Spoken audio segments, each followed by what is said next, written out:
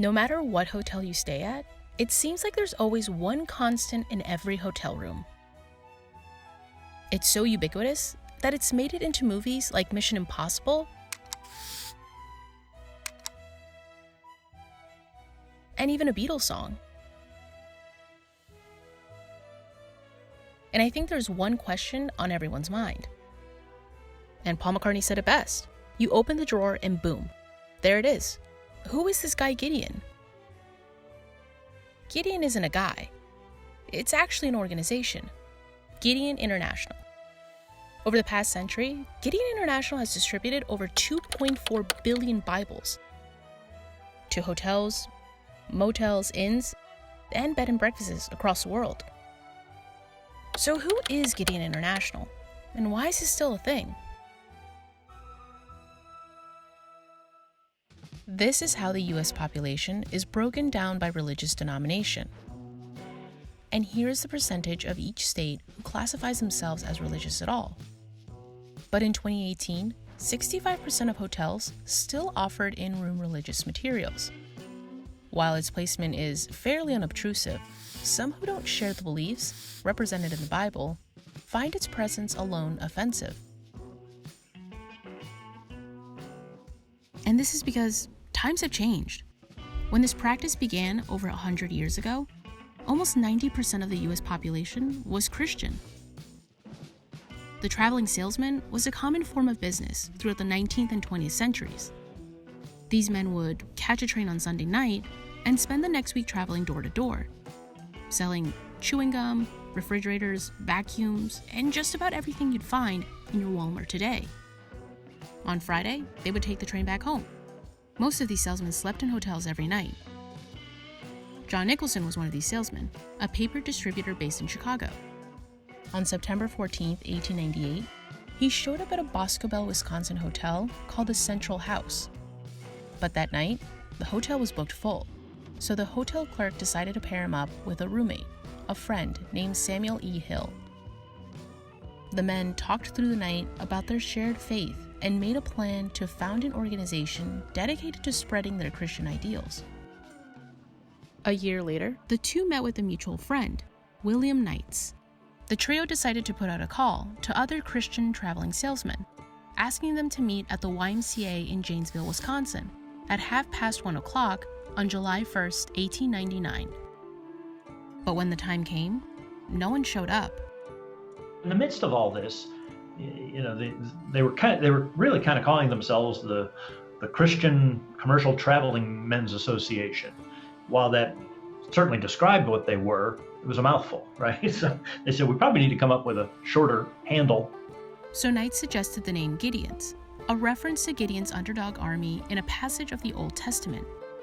Their new name and aggressive recruitment resulted in a steadily increasing following. At this time, Bibles were not part of the organization's plan. This didn't begin until about 7 years later. In 1907, on a business trip to London, Gideon trustee N.W. Donnett noticed that a similar organization was putting Bibles directly in hotel rooms. So he brought one of those Bibles back that they were using, and that just kind of fired up and ignited the zeal of the Gideons to put this plan into place. And so it was at their convention in 1908 in Louisville, Kentucky, that they introduced the plan to furnish every hotel room of America with a Bible. This soon became the calling card of Gideon, and has been practiced every year since. Last fiscal year, Gideons distributed 81 million Bibles in the 200 nations. When a new hotel opens, members of Gideon International present the Bible to the hotel manager in a small ceremony. They then supply enough books to fill every room for free. The practice is funded entirely by donations within Gideon. The organization itself has enough funds to supply these Bibles to almost every hotel and beyond. Gideons also give Bibles to military bases, hospitals, nursing homes, and prisons. But not every hotel chain is as open to receiving these Bibles. A lot of these corporate lodging organizations, they develop niche hotels, right? These kind of boutique motels, and so they want to create a certain vibe. Perhaps it's not quite as chic to have a Bible sitting there, or maybe they kind of have a very minimalist design and they just don't want any extra materials in the room. But oftentimes, it's more than the Bible not fitting their brand. Some see it as a form of proselytism, or forcing one's beliefs on another. Both Hilton and Hyatt do not have a standard protocol for each property.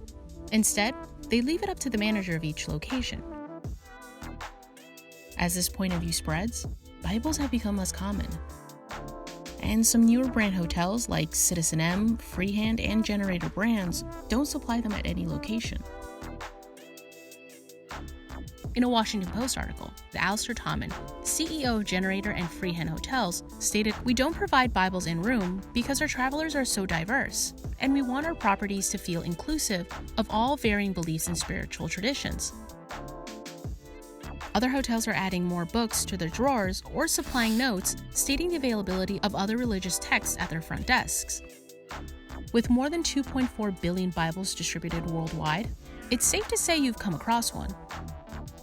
But as newer hotel chains are backing down on tradition and allowing a more inclusive stay for guests, that number could be decreasing in the near future. Who knows the fate of the Gideon's Bible? Thanks for watching. Comment below and tell us what you think about hotel rooms still supplying Gideon Bibles. If you like this video, make sure to check out our channel and subscribe.